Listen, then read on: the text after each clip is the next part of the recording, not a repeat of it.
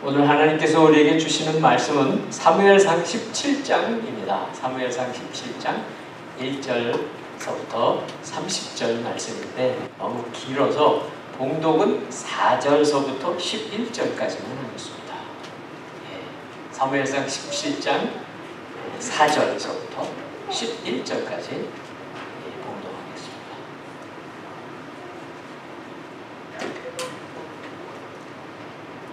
성경을 찾으시고 자막을 보시고 교독하십니다.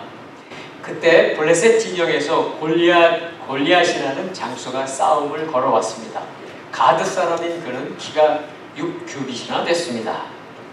그는 머리에 청동 투구를 쏘고 5,000세겔이나 나가는 청동으로 된 비늘 갑옷을 입었으며 다리에는 청동 견갑을 차고 어깨에는 청동 단창을 메고 있었습니다. 장자로는 빗들째 같고 창머리는 무게가 100세겔이나 됐습니다. 그의 앞에는 방패를 든 사람이 걸어 나왔습니다.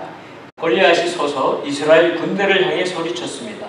너희는 왜 전열을 갖추고 나왔느냐? 나는 블레셋 사람이고 너희는 사울의 부하들이 아니냐? 누구든 하나만 골라서 내게 보내라. 나와 싸워서 그가 나를 죽이면 우리가 너희 종이 되겠고 내가 그를 쳐서 죽이면 너희가 우리 종이 되 섬겨야 한다. 그러고 나서 그 블레셋 장수는 다시 소리쳤습니다. 오늘 내가 이렇게 이스라엘 군대를 모욕했으니 한 사람을 내게 보내라. 서로 싸우자. 블레셋 사람의 말을 듣고 사울과 온 이스라엘 사람들은 기가 죽어 두려움에 떨었습니다.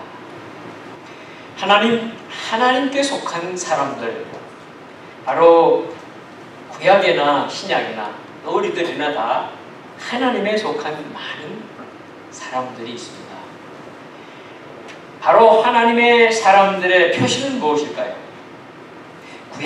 구약에는 많은 사람들이 성령의 임재함을 경험하지는 못했지만 종종 하나님은 특별하게 하나님의 영, 성령님을 부어주십니다. 대부분의 지도자들, 그렇죠? 왕이라든지 제사장이라든지 이러한 지도자들에게는 구약에 보면 성령을 기름 부어 세우십니다. 그런데 하나님의 사람에게서 하나님의 영이 떠나면 그 영혼이 황폐해집니다. 그러고 나서 그에게 악한 영이 들어와서 일하기 시작합니다. 사울의 예를 보면 그렇습니다.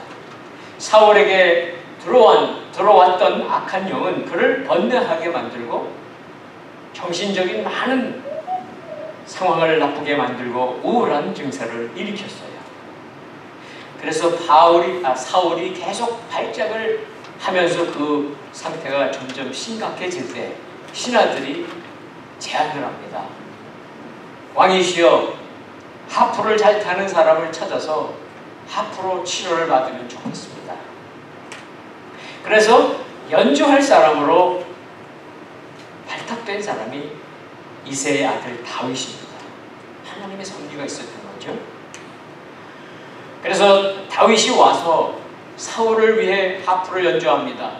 상태가 안 좋아질 때마다 하프를 연주하면 또 상황이 좋아지고 그렇게 계속 반복되는 상황이 있었습니다. 그러나 이 일은 하나님께서 다윗을 이스라엘의 왕, 첫 번째 왕인 사울의 그 왕의 여러 가지 해야 하는 일들이 있을 거예요. 그런 일들에 좀 더 가깝게 경험하게 하는 그런 계기로 사용하시는 거죠. 사울이 그렇게 음악 치료를 받으면서 증세가 어느 정도 좋아졌어요. 그래서 다윗은 가끔만 와도 됩니다. 집에 가서 가끔 필요할 때 방문하면서 다윗은 이제 목동으로서의 생활을 하고 있을 때입니다. 그럴 때 이스라엘의 가장 큰 대적인 블레셋이 침공을 해요. 블레셋은 끊임없이 이스라엘을 괴롭혔던 대표적인 이방 족속이죠. 그들이 어떻게 쳐들어왔는가가 1절, 2절에 나옵니다. 1절을 보시면 블레셋 사람들이 전쟁을 시작합니다. 군대를 소집해가지고 유다 지역에 쳐들어오는 거예요. 또 2절에 보시면 그들이 골짜기에 진을 칩니다. 한쪽 골짜기 한쪽 언덕에는 블레셋 사람들이, 또 다른 쪽에는 이스라엘 사람들이 진을 쳐서 서로 대치하고 있는 거예요. 그러니까 이스라엘이 다시 위기 속에 빠집니다. 그래서 사울은 이제 군대를 소집하고 전쟁을 준비하고 있습니다. 그러나 이 전쟁에 과연 이스라엘 군대를 가지고 싸워서 이길 수 있을까? 블레셋이 쳐들어왔을 때 이번에는 이 공격하는 작전이 달랐어요. 이번 작전은 그냥 이스라엘 땅을 쳐들어와서 다 정복하는 게 아니었습니다. 이번에는 좀 특별한 그런 작전인데 그것은 이스라엘 백성들의 사기를 떨어뜨려가지고 항복하게 만드는 거예요. 그래서 이스라엘 백성들을 다 노예 삼으려고, 종 삼으려고 했던 것입니다. 4절 말씀을 우리 같이 한번 읽습니다. 4절 시작. 4절 시작. 그때 블레셋 진영에서 골리앗이라는 장수가 싸움을 걸어왔습니다. 가드 사람인 그는 키가 6규빗이나 됐습니다. 이번에 공격하는 방법은 무기와 군대만으로 하는 게 아니라 바로 사람, 골리앗이라고 하는 특별한 강력한 사람을 앞에 세워가지고 심리전을 하는 거예요. 선봉장이 골리앗입니다. 그런데 골리앗의 키가 6규빗이나 됩니다. 한 규빗은 45cm 정도 되거든요. 그러니까 6규빗이면 2m 70cm입니다. 우리가 키 큰 사람, 우리 미국의 농구 선수들 보면 다 2m 넘지 않습니까? 2m 10, 2m 20. 근데 이 골리앗은 2m 70입니다. 대단하죠. 이 사람과 누가 대적할 수 있겠습니까? 골리앗이 이스라엘에 와서 위협을 하고 이제 조롱할 거예요. 이렇게 하는 그 모습은 바로 하나님의 백성들을 공격하고 하나님을 공격하는 원수, 대적의 모습입니다. 우리는 이 세상을 살아가면서 하나님의 백성이지만 우리들을 공격하고 우리들을 두렵게 하는 많은 일들이 있습니다. 세상의 일들이 그렇습니다. 성경은 이 세상을 무엇이라고 하는가? 물론 이 세상이 다 나쁘다, 이 세상은 다 쓸모없다, 그렇게 말씀하지 않지만 이 세상을 장악하고 있는 세력은 어둠의 세력, 마귀, 사단이라고 분명히 말씀하고 있습니다. 세상을 장악했다고 표현을 하기도 하고 공중권세를 잡았다고도 표현하는 존재, 그는 바로 사단입니다. 끊임없이 하나님을 대적하고요, 하나님의 백성들을 대적하고 조롱하는 것, 그것은 오늘도 동일합니다. 그 모습이 성경에 나와 있는데 베드로전서 5장에는 이렇게 나옵니다. 대적 원수 마귀는 우는 사자같이 두루다니며 삼킬 자를 찾고 있다. 사자가 돌아다니면 보여야 하는데 우리 눈은 잘 안 보이지만 진짜 사자같이 삼킬 자를 찾아다니는 거예요. 그것이 우리 육신의 눈으로 잘 안 보이지만 분명히 우리가 많은 삶의 경험을 통해서 알 수 있어요. 어떻게 해야 될까요? 우리는 우리 영혼의 눈이 떠 있어야 됩니다. 눈이 열려 있어야 합니다. 그래서 아무리 악한 음모 계략으로 두렵게 공격하고 올지라도 봐야 됩니다. 알 수 있어야 합니다. 그리고 성경은 이 마귀의 괴계를 공격하는 그 방법을 이렇게 말씀합니다. 야고보서 4장에 보면은 너희는 하나님께 순복할지어다. 마귀를 대적하라. 그리하면 너희를 피하리라. 아무리 우는 사자같이 삼킬 자를 찾아서 올 때에 저도 예외가 아니고 여러분 중에 어느 누구도 예외가 아니거든요. 공격할 수 있습니다. 어떻게 하느냐고요? 먼저는 하나님께 순복하는 게 먼저입니다. 하나님 앞에 겸손히 무릎 꿇는 거죠. 나에겐 힘이 없습니다. 하나님 도와주셔야 합니다. 겸손한 마음을 하나님께 순복하면서 마귀를 대적하는 거예요. 마귀를 대적하는 방법은 어떻게 하겠습니까? 예수 그리스도의 이름으로 대적하는 것입니다. 복음서의 사도들이 그렇게 하였던 것 같이 예수님의 이름으로 대적할 때 마귀는 피하리라, 떠나리라. 그 방법이 우리에게 주신 하나님의 방법입니다. 자, 이제 골리앗의 모습을 자세하게 설명을 하고 있는 것이 5절, 6절, 7절에 나옵니다. 골리앗의 무장이 얼마나 강력한지가 나옵니다. 5절 보세요. 그는 청동 투구를 썼다고 합니다. 청동으로 된 비늘 같은 갑옷이 5,000세겔이나 된다고 합니다.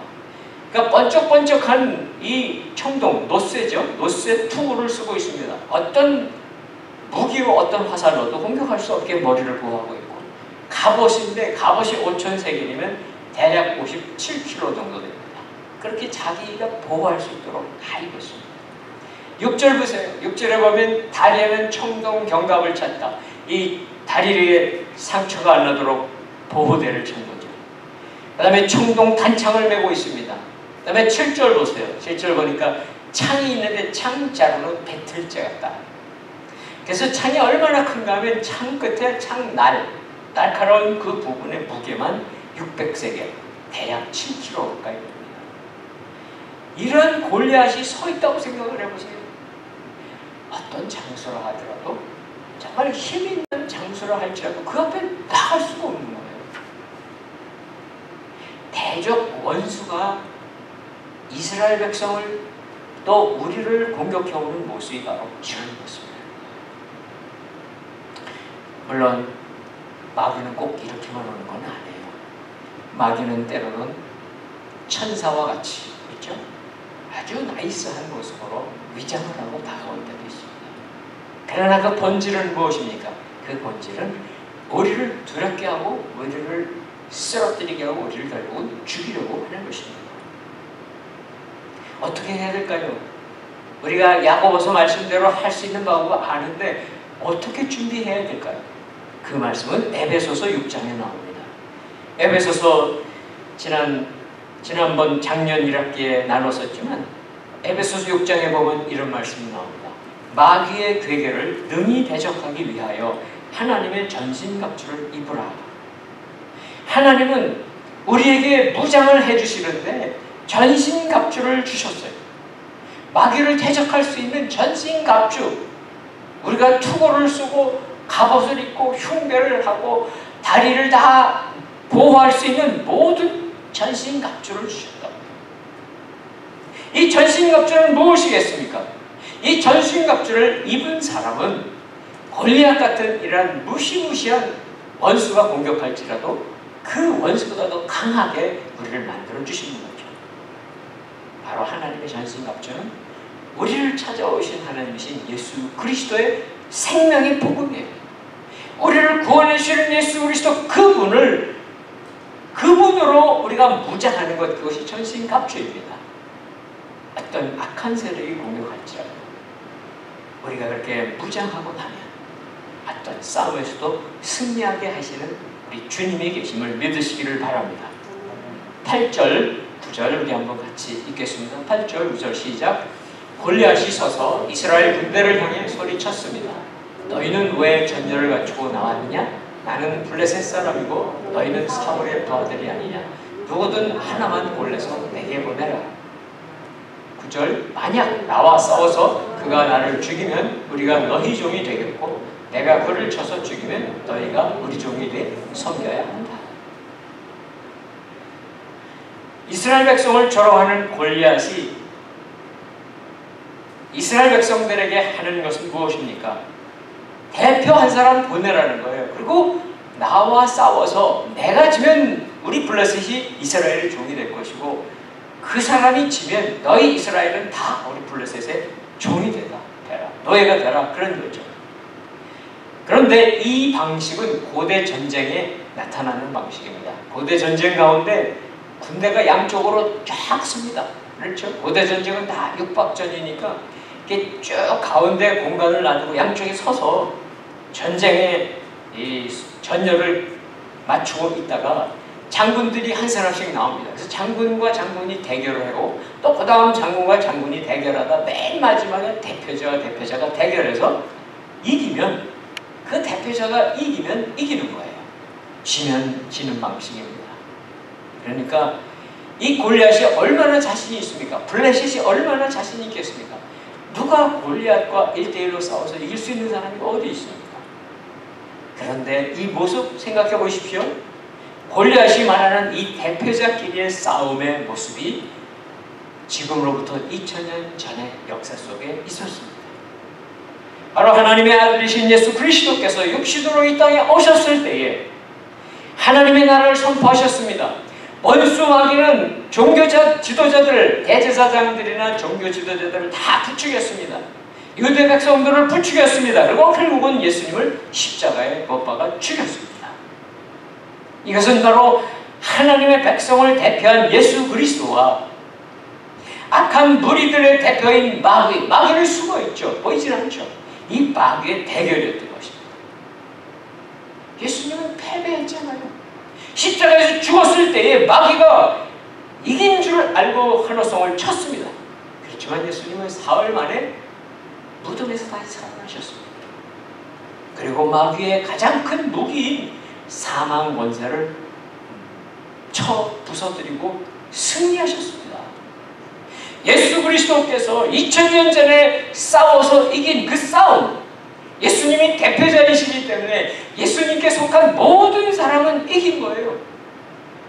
저도 이겼고 여러분도 이겼고 우리 모두는 예수님이 승리한 것이 바로 우리의 승리인 것을 믿으시기를 바랍니다. 마귀는 졌잖아요. 그러니까 마귀에게 속한 모든 것들은 다 진 거예요. 지금도 이긴 것처럼 그렇게 행동하고 우리들을 위협하고 있을지라도 분명한 것은 예수님이 이미 싸움을 다 이기셨어요. 다 끝난 싸움이에요. 우리에게 대장 되신 예수 그리스도가 오늘도 우리와 함께 하시며 우리가 싸우는 어떤 싸움도 이기게 하시는 승리의 주님이신 것을 믿으시기를 간절히 축원합니다. 10절, 11절 같이 읽습니다. 10절, 11절 시작. 그러고 나서 그 블레셋 장수는 다시 소리쳤습니다. 오늘 내가 이렇게 이스라엘 군대를 모욕했으니 한 사람을 내게 보내라. 서로 싸우자. 이 블레셋 사람의 말을 듣고 사울과 온 이스라엘 사람들은 기가 주고 두려움에 떨었습니다. 골리앗이 이스라엘을 조롱합니다. 이스라엘 군대를 조롱합니다. 너희들 중에 누구 하나 대표자를 보낸들 나를 싸워 이길 수 있겠느냐? 오늘도 동일하게 세상은 우리들을 조롱합니다. 오늘도 세상은 하나님의 교회를 조롱합니다. 너희들이 얼마나 잘 살고 있냐? 너희들이 얼마나 깨끗하게 살고 있느냐? 나하고 한번 대결해보자. 오늘도 동일하게 조롱합니다. 원래부터 마귀는요, 사단은요, 그러니까 마귀나 사탄은 똑같은 겁니다. 거짓의 아비입니다. 성경이 그렇게 말씀하고 있어요. 거짓의 아비라는 것은 모든 이 세상에 있는 거짓의 근원은 마귀, 바로 마귀가 조종하는 거라는 거예요. 무슨 일을 할까요? 거짓은 없는 것을 있는 것처럼 얘기하는 거예요. 그 다음에 아주 작은 것을 갖다가 그것을 과장하거나 부풀리는 것입니다. 그러면서 공격하는 것입니다. 참 이기기 어렵죠. 말씀드렸던 대로 이길 수 있는 방법은 하나님께 순복하면서 예수 그리스도의 이름으로 대적하는 거예요. 우리가 할 수 있는 준비는 무엇일까요? 우리는 바로 주님의 말씀을 붙잡고 그런 상황 속에서 골리앗 앞에 있으면서 우리는 하나님 앞에 무릎 꿇는 것입니다. 기도하는 것입니다. 혹시 세상에 우리를 조롱할 수 있습니다. 나를 조롱하고 교회를 조롱하고 하나님의 백성을 조롱할 수 있습니다. 그럴지라도 그 말을 다 그냥 듣지 마세요. 그 말을 다 듣다 보면 나도 모르게 그 마귀의 함정에 끌려가고 마는 것입니다. 우리는 인생을 살다 보면 때로 약해질 때가 있습니다. 질병에 걸릴 수도 있습니다. 또는 우리가 육신뿐만 아니라 우리 영혼도 아프게 되는 그런 상황에 빠질 수도 있습니다. 때로는 우리가 하던 학업이 어려움을 당할 수도 있습니다. 사업이 어려움에 처할 수도 있습니다. 그런데 그럴 때에 마귀가 쳐들어오는 거예요. 그 틈을 타고 들어오는 것입니다. 세상은 이 거대한 골리앗처럼 우리를 꼼짝 못하게 하려고 하죠. 우리는 절대 무릎 꿇어서는 안 됩니다. 예수님이 우리에게 말씀해 주셨어요. 그것은 우리에게 겨자씨만한 믿음이 있을지라도 그 믿음으로 명하는 거예요. 그 겨자씨만한 믿음이 있을지라도 산을 명하여 옮기라 그러면 옮겨진다고 하신 그 주님 예수 그리스도의 믿음, 그 믿음이 오늘 우리 모두에게 확실하기를 바랍니다. 12절입니다. 12절 같이 읽습니다. 12절 시작. 다윗은 유다 땅 베들레헴에 있는 에브라 사람 이새의 아들입니다. 이새에게는 8명의 아들이 있었는데 사울이 이스라엘을 다스리던 무렵 이새는 나이 많은 노인이었습니다. 이스라엘은 이렇게 골리앗 앞에 꼼짝 못하고 있습니다. 위기죠. 위기 중에 위기 속에 있을 때 할 수 있는 게 아무것도 없어요. 도대체 하나님은 어디 계신 거예요? 하나님 아무것도 안 하시는 게 아니고 드디어 일을 시작하시는 거예요. 하나님이 시작하시는 일의 그 장소는 어딘가 하면 12절에 있는 것처럼 노인인 이새의 집에 일을 시작하십니다. 하나님은 위기 속에 일하세요. 아무 일 일어나지 않는 것 같아도 일하시고 계세요. 때로 우리는 기다리다 지쳐 있는 것 같아서 하나님께 원망할 수도 있지만 그래도 하나님은 일하세요. 하나님은 이미 오래전에 다윗에게 기름 부었죠. 그렇지만 그 기름 부었었던 것 뿐이지 지금은 그냥 집에 돌아가서 양치고 있어요. 목동이에요. 오늘 그 다음에 보면은 13절에 보세요. 13절에 보면 이새의 아들 중에 8아들 중에 위에 3아들, 맏아들, 둘째, 셋째가 다 군대가 있습니다. 왜냐하면 장성하니까 이 군인으로 다 징병돼서 간 거예요. 참전하고 있습니다. 물론 이 3아들들은 엘리압을 비롯한 이 3아들들은 잘생겼고도 또 힘이 컸던 용사들일 것입니다. 그러면 뭐합니까? 이 골리앗 앞에 모든 이스라엘은 다 벌벌 떨고 있었고 이 3아들들도 벌벌 떨고 있었던 사람들 중에 있었다고요. 다윗은 뭐예요? 다윗은 아직 어려서 군대 안 갔을 수도 있고 아니 한 집에 3명이 군대 끌려갔으면 다 끌고 가면 안 되잖아요. 그래서 안 갔을 수도 있겠죠. 하여튼 집에 있었어요. 군대 참전하지 않고 있었어요. 그런데 하나님이 다윗에게 일하기 시작하는 거예요. 16절 같이 읽습니다. 16절 시작. 그 블레셋 사람은 40일 동안 밤낮으로 앞에 나와서 싸움을 걸어왔습니다. 이 블레셋 군대가 와가지고 쳐들어와서 막 이렇게 침공하는 게 아니라 40일 동안 계속 심리전하는 거예요. 그렇죠? 아침 저녁으로 아침 40일 동안 밤낮으로라고 해서 아침에 한번 와서 조롱하고 또 저녁 때 와서 한번 조롱하는 거예요. 누가? 골리앗이 그런 거죠. 끊임없이 너희들 중에 대표자 한 사람 보내. 나하고 싸워서 내가 지면 너희들한테 우리가 노예가 될게. 괜히 이 시간이 얼마나 지루하고 힘듭니까? 너무 지쳐가고 있습니다. 40일 동안 이스라엘 백성들은 버티기가 어려울 상태까지 간 거예요. 이렇게 지루한 상태로 이어져 가고 있을 때에 하나님이 이새에게 말을 합니다. 하나님이 이새의 마음을 움직인 거예요. 왜 어떻게 움직였는가? 이새가 아버지가 이 세 아들이 군대가 있으니 궁금한 거예요. 잘 있는지 소식이 궁금해요. 그래서 막내 아들 다윗을 심부름을 보냅니다. 가서 위문하라고 식량 또 몇 가지를 꾸려서 가져가라고 얘기하는 거예요. 다윗이 아침에 일찍 출발해서 이 음식들과 위문의 이 물건들을 가져가서 형을 볼 수 있도록 출발합니다. 하나님은 누구를 사용하고 계시나요?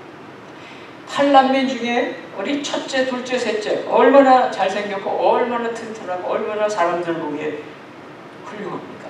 그들을 사용하지 않습니다. 아니 그들이 군대에 가 있으면 그들을 사용하셔서라도 골리앗을 쳐야 되는데 그것도 하지 않으십니다. 아직 버릴 짝이 없어요. 군대 들어갈 만하지도 않아요. 그런데 그 마음에 하나님의 영이 분명히 있는 사람 다윗을 들어서 쓰시는 시작인 거예요. 하나님이 사용하는 방법이죠. 다윗이 이렇게 전쟁 중에 있는 형을 찾아왔습니다. 그런데 그날도 다른 날처럼 똑같이 골리앗이 나와서 조롱하는 소리가 들립니다. 24절입니다. 24절 같이 읽습니다. 24절 시작. 이스라엘 사람들은 그 사람을 보고 모두 두려워 벌벌 떨며 도망쳤습니다. 그러니까 블레셋의 진, 이 골짜기 한쪽은 블레셋이 있고 골짜기 또 다른 한쪽에는 이스라엘이 있는데 골리앗이 그날 와서 또 조롱을 하고 협박을 하는 소리를 듣고 이스라엘 군대는 다 어떻게 됐습니까? 벌벌 떨면서 도망쳤다. 그러니까 다 도망갔는지는 모르겠지만 일단 그 전선이 흐트러지기 시작을 합니다. 그 상황을 다윗이 목격하는 거예요. 그 다윗이 그 골리앗이 하는 소리를 들은 거예요. 하나님은 다윗에게 역사하고 계십니다. 하나님의 영을 통해 다윗을 용기를 주시는 거예요. 하나님이 함께하는 사람 다윗, 그에게는 전능하신 하나님의 능력이 그를 통해 나타납니다. 도구인 다윗을 통해 나타납니다. 지금 이 상황, 블레셋이 쳐들어온 이 상황을 어떻게 끝이 날까? 이스라엘 백성들도 모릅니다. 블레셋 사람들도 모릅니다. 아무도 모릅니다. 그러나 이 상황을 다 알고 보고 계시는 분이 계세요. 전능하신 하나님이세요. 우리는 때로 어려운 문제를 닥치죠. 이 상황을 풀어야 되는데 풀 수 있는 방법이 너무 어려워, 힘들어요. 이렇게도 안 풀리고 저렇게도 안 풀리고. 그런데 만약 여러분이 시험 문제를 받았을 때에 20문제를 받았던 50문제를 받았던 문제를 딱 받았는데 그 문제를 딱 보니까 이게 내가 다 풀었던 문제예요. 그렇죠? 그러면 답 쓰기가 얼마나 쉽습니까? 쫙쫙 답 쓰죠. 그렇죠? 바로 오늘 하나님께서는 다윗을 통해 우리에게 가르쳐 주십니다. 그것은 바로 우리 인생의 수많은 문제들에 대한 답을 알고 계시는 분, 하나님이 우리와 함께 계신다는 거예요. 우리와 함께 하시는 그 하나님이 다윗에게 함께 하시는 것처럼 우리에게 함께 하신다면 우리의 문제는 다 풀 수 있음을 믿으시기를 바랍니다.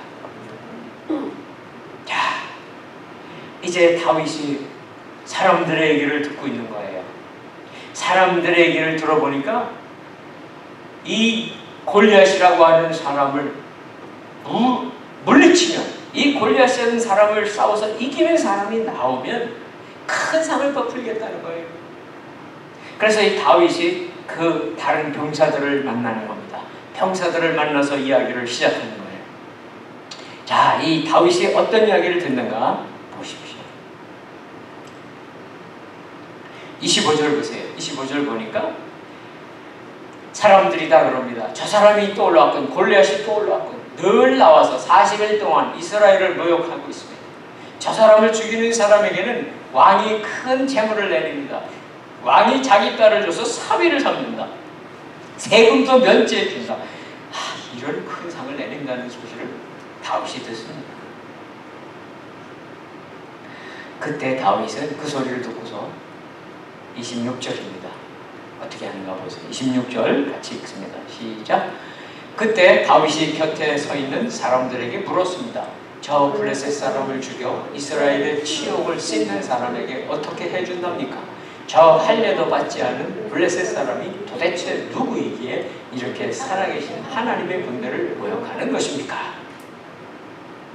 모든 사람, 이 모든 사람들은 다 도망가면서 숨으면서 얘기해주는 걸 듣는 거예요. 그런데 다윗은 이 상황 속에서도 뭐라고 말하고 있습니까?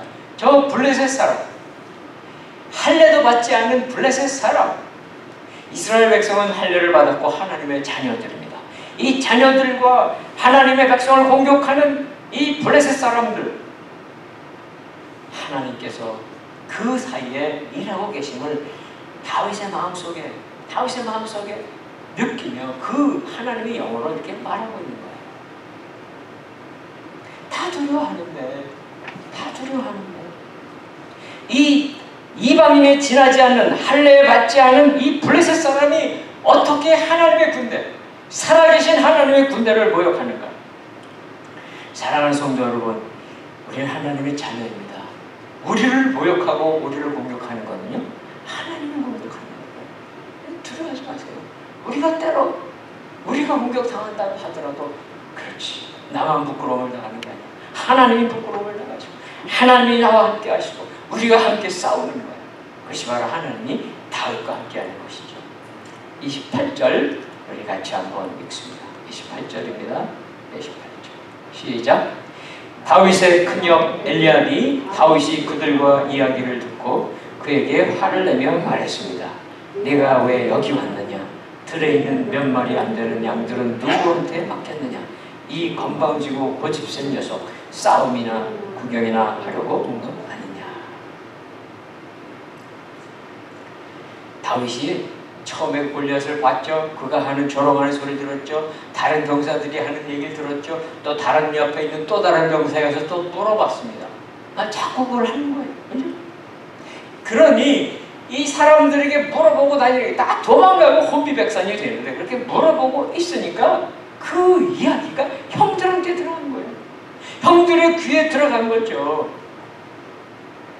사울 왕 밑에 있는 어떤 군사도 용기 있게 나서는 사람이 없으면 다 도망가고 있는데 막내 동생, 어린 막내 동생이 잘난 척을 하는 것처럼 보이는 거예요.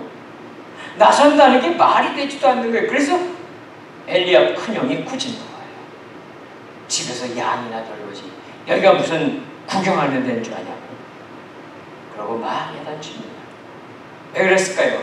형은 사실 이스라엘하고 블레셋이 싸우는 거, 이스라엘이 지르고 이거 그게 중요한 게 아니에요. 자기 생명만 살면 되고요. 그런데 이 동생이 나서는 게, 이 막내 아무것도 아닌 동생이 나서는 게 싫었던 겁니다.